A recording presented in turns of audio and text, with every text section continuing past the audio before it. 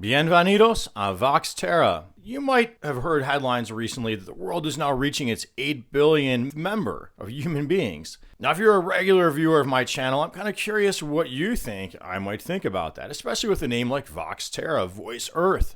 Well, I want to share with you this headline, which is an Associated Press headline. World population reaches 8 billion, but resource consumption is a bigger threat. November 15th of 2022. That article cites Poonam Mutreja, executive director of the Population Foundation of India. And this is really a smoking gun or a silver bullet kind of quote in my opinion. And it's the similar quote I found at NPR also, but it's not really elaborated on. Over the past 25 years, the richest 10% of the global population has been responsible for more than half of all carbon emissions. Global evidence shows that a small portion of the world's population use most of the Earth's resources and produce most of its greenhouse gas emissions. Now, I'm not reading you that headline because if you live in the Estados Unidos or England, Great Britain, or Canada or anywhere like that to say, hey, we should feel bad, because I don't think we're exactly enjoying consuming all these resources. What I'm trying to say is that let's get on this page, the same page where environmental organizations are really at, and have that picture in our head of what a greener society really looks like. So here we're citing one, lifestyle, but then two, I want to point out this lifestyle is here because of what I call a political economic dynamic. As a result of that dynamic, visionaries or the environmental groups are ignored largely. And then I want to caution those of us who consider ourselves concerned about our earth, concerned about our environment, to not fall into what I call political traps. Before we go looking at how many people there are, let's just look at how we're living. If you're in Estados Unidos or Great Britain, I don't know as much about Great Britain, but a lot of these places, you're going to go to that grocery store, por ejemplo, and you're going to want to buy some organic food. It's wrapped in plastic. In fact, it's all wrapped in plastic, organic or not. Well, that's all fossil fuel produced with all kinds of toxic byproducts. So every time you want to eat now, you got to throw all kinds of stuff away. Every time you want to eat, you're responsible now for all these pollutants. Then if it's also sprayed with pesticides, there's more pollutants, more toxins, more greenhouse gases. Maybe even you want to get it from the bulk bin and not be as consumptive, but there every apple's got a sticker on it. Wow, a little sticker for each apple. How did you get to that grocery store? Well, like a lot of us, these are not walkable places. You're probably burning fossil fuels to get there. Hey, kudos to you if you're driving an EV, but that's less polluting in my opinion, and also according to the Department of Energy, but you're still using power, using resources, burning stuff up to get there. Maybe you're living in a suburb and the lawns there are sprayed with chemicals to kill dandelions for some strange reason. Well, you see this lifestyle, just everything you're doing on a daily basis is involving excessive amounts of pollution. And are you really happy with that? I doubt it. Because you know what? You look at people like the Amish now, and that would be more analogous to how people in India or some of these overall less polluting places are living. A very simple life, focused on things like family, tradition, culture. They're not worried about, how does this shirt look? Is this match with that? They don't have to give in to any of these commercial pressures like the rest of us are doing. They're consuming less. Well, how do we get ourselves in this consumeristic rat race? Well, here I say it's because of what I call the political economic dynamics. No, you've got something called market externalities, meaning the true cost of a product is pushed onto the public at large. So that disposable cup that's supposedly cheaper for that restaurant owner to serve you with, it's actually not cheaper because that restaurant owner, the manufacturer of the cup, and everybody along that supply chain, due to drilling the fossil fuel out of the earth to then process it into this plastic cup, all the chemical byproducts, all the toxins, all the resultant cancers and whatever other weird health effects are out there. No one's paying for that except the person getting sick. Not to mention the greenhouse gases. Well, the reason we're not painfully aware of these market externalities in our products is because once an industry becomes dominant, be it tobacco back in the day, fossil fuel, petrochemicals today,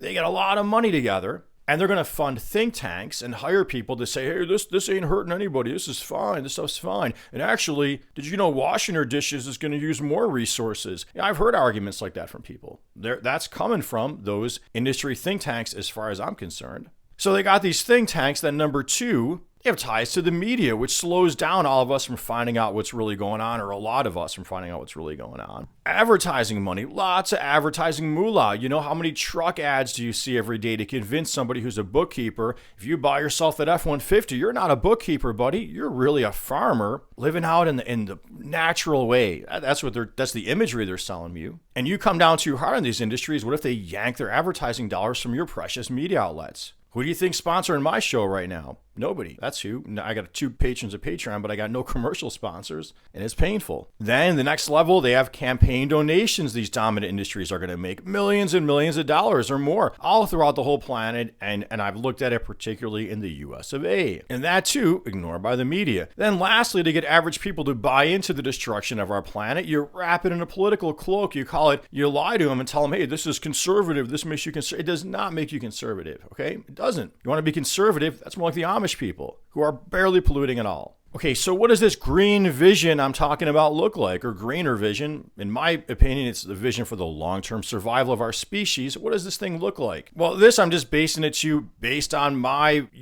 lifetime really of just reading environmental literature, being involved, donating, campaigning. You got key one, everybody's been talking about consumption over my whole lifetime. There used to be something called a Buy Nothing Day. Calling for, you got your reduce, reuse, recycle. You want to buy local so there's less shipping around. Organic, natural agriculture like agroforestry. Building design. You want to think of leaning into nature, minimizing the impact.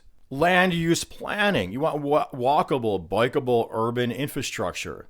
In some cases, building up rather than building out. Natural climate solutions also include wilderness set-asides. Renewable energy, the gold standard over my whole life, and then having a connected power grid. Well, if you ignore all these campaigns and don't get on board with what environmental groups are actually calling for, and you're afraid to stand up to the power of these dominant industries in our society, and you want to vilify those who do, and you want to instead focus on how many people there are, you're risking falling into what I believe is a political trap.